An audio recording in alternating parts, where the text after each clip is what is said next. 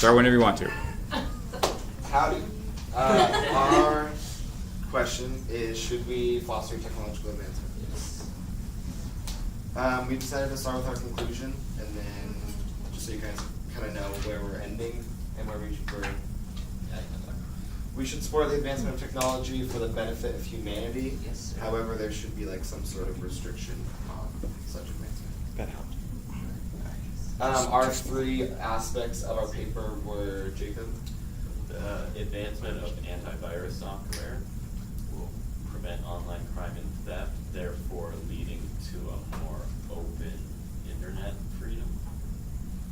So that space exploration did more than just advanced science, but also technological advancements as well. And the robotic industry is thriving slowly and becoming integrated into every aspect of our own lives.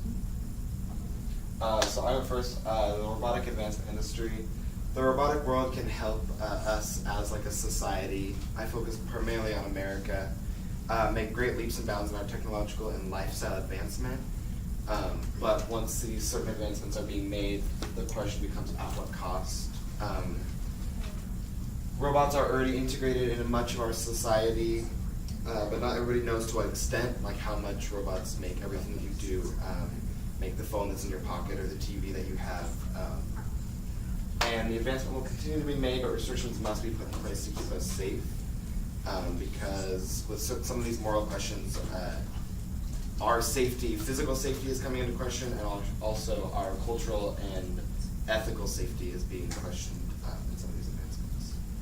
The fields that I primarily focused on in my research paper was the medical field, in which lots of robots are being designed, like the Anubis, which is like a flexible endoscope that makes it way easier for doctors when performing specific complex surgeries to limit the risk factor, and can actually save quite a few lives.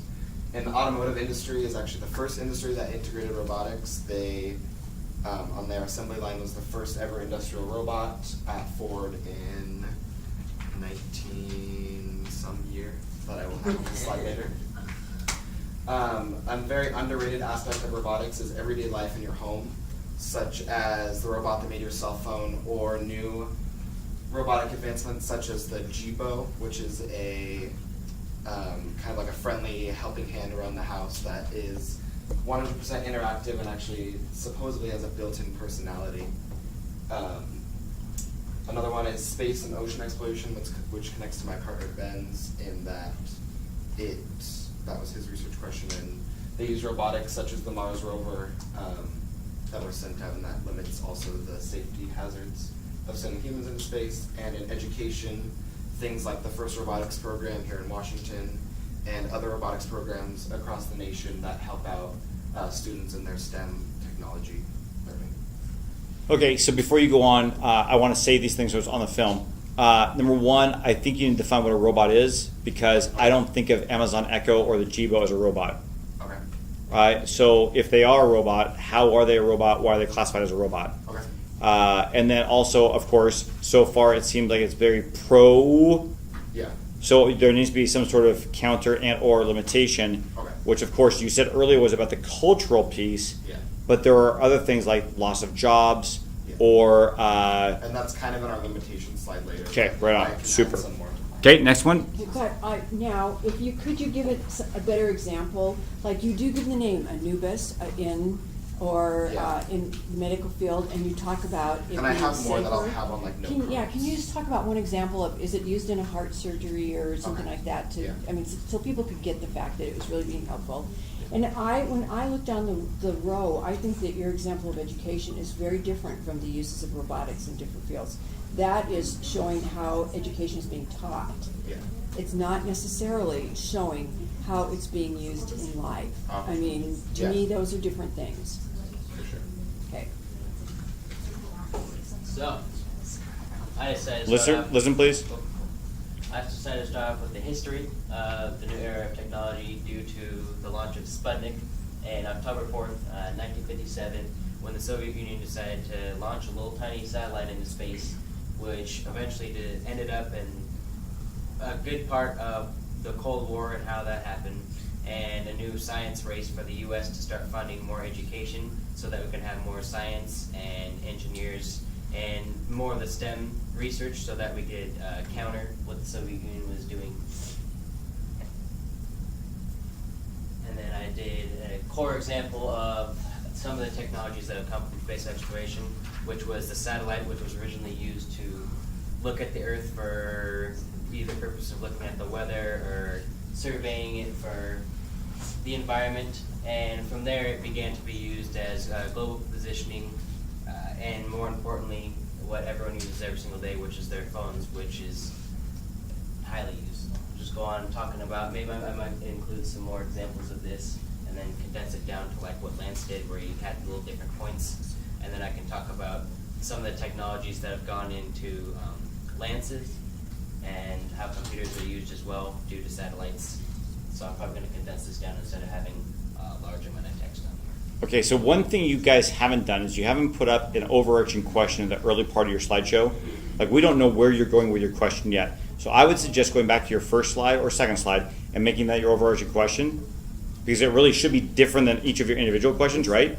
Yet you've now identified, at least you have, don't know about you quite yet, but you guys have identified this idea of how technology can benefit us on an everyday individual kind of basis. That's a big shift from where you were going with your initial research. You should be able to demonstrate and speak to that shift. So if we did that follow-up question, that's the kind of response we're looking for, how your ideas have Shifting, changed. instead of talking about just space exploration, more about how it's helped us every single day with phones. Right, satellites, likewise, how his GPS, robots would help everyday life. and then connect that. Technology. So Okay. either order, I don't know how the order's So going to work You out. wanted to change like the overarching question of how Of the whole far we can, presentation, just- how far should we go, or how That's up to you much guys. does it help? That's up to you. I think you need to present the question. That's what I'm saying. But I think your question might be revised. Go to the next slide, Lansing. So there, though, no, other one, back one. So going to this one here, I think one of the most practical suggestions in this slide was your weather forecasting. Okay. With that massive thing that we just had in the back east, with other natural disasters, we want to predict the weather. And the weather app is one of the most commonly used apps in all of phone usages. Okay, yeah. So maybe it's like that practicality that came out of the space exploration. But you're going to go down why Columbus explored the final frontier, why we pushed further extremes. What could be a limitation, though, of this? Right? Think about that. Yeah. Okay, next slide. Jacob, hit it. So my research led me into Listen, please. the role of hacking in contemporary protest. But before I elaborate too much on it, I want to kind of explain what I looked into. So I looked into a specific kind of hacking called distributed denial of service, or DDoS, or DDoS, but the name doesn't really matter. So Yeah, it I'm does. call it DDoS. So I prepared two diagrams. This one, You made that? yes, I Yeah, you did did myself. You did it last night. Actually, I did it during class. Well, it's kind of important to know because I was wanting to see a source, but if it's you, good job. Okay, go ahead. But, so basically, there's two types I'm going to show you in both diagrams. This type is where one computer solicits malicious software all over the internet to infect other computers to join their attack on a target computer. So basically, the DDoS attack is just repetitively spamming a target computer until it stops working.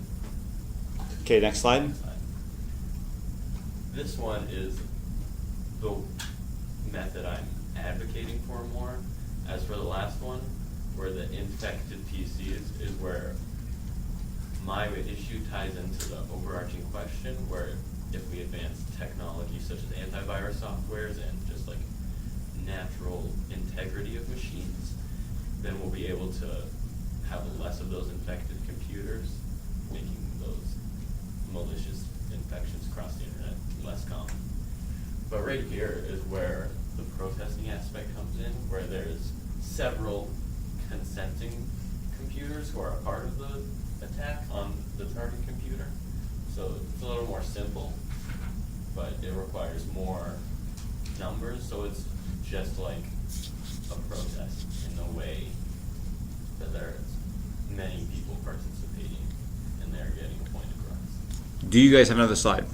Yeah, Yeah, we have three or like, four more. two. Okay, before we go on, I think the DDoS explanation is incredibly important. And nowhere in your paper did I realize that this was the avocation of an antivirus was the direction you were trying to focus on. I tied the antivirus into the overarching question because if we advance that, then we'll be able to stop the illegal controlling of other people's computers, which will open up more welcoming to more methods like this. Because Okay. they're both the same thing. Okay. But this is more legal, as in where you don't take over someone's computer. So Okay, we'll be talking more further. All right, let's hit the next couple slides and finish up. Alright. Basically, the first one was a DDoS with a botnet where you take control over people's computers and use it to attack a target. And so criminal activity with DDoS. So basically, you can DDoS an online bank, and while their servers are struggling, you can funnel money out of it, and then they won't be able to see who you were. It will be distraction, and the security will be down. Mhm. So that is one roadblock to allowing this kind of a hack to be a legal form of protest, along with finding the intention behind the hack, because who's to say that it wasn't just for protest, it was for some other sort of benefit. And finally, the advancement of computer and software technology will prevent, it mentioned criminal activity in a previous point. Okay. Kind of coming back to our conclusion that we said at the beginning, our call to action was to develop an unbiased system that would reasonably regulate technological advancement. However, these wouldn't all be one system. There would be one sort of department for the advancement of robotics, one for space exploration, one for computer hacking, but they would all kind of be funded under the same umbrella of the government. Yeah. Our limitations, the biggest was cost to produce or pay employees to regulate technology, possible corruption and politics as to how far the regulations would go. The most notable limitation to mine and robotics is the cost and the ethical questions that the advancement of robotics brings up. Mine was the ethical dilemma of losing astronauts, such as when space shuttles explode or the science just isn't right and we end up losing them in outer space, and it's a little bit more difficult to get them back. And then, of course, the cost piece on space travel is rather expensive compared to other departments, such as the cost of going down into the sea, which is what I also talked about, is that whether or not we should actually explore space when we can explore the sea or the Earth itself and get a better understanding of that before we go out to space. And as I